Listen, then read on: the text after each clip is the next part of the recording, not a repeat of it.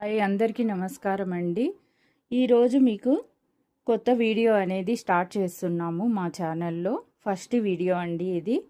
మేము బ్లౌజెస్ అమ్ముతున్నాము.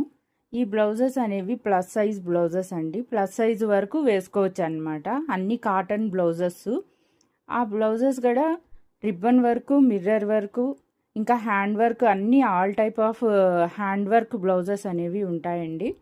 మీకు ఏ సైజు కావాలన్నా మీరు అడ్జస్ట్ చేసుకోవచ్చు.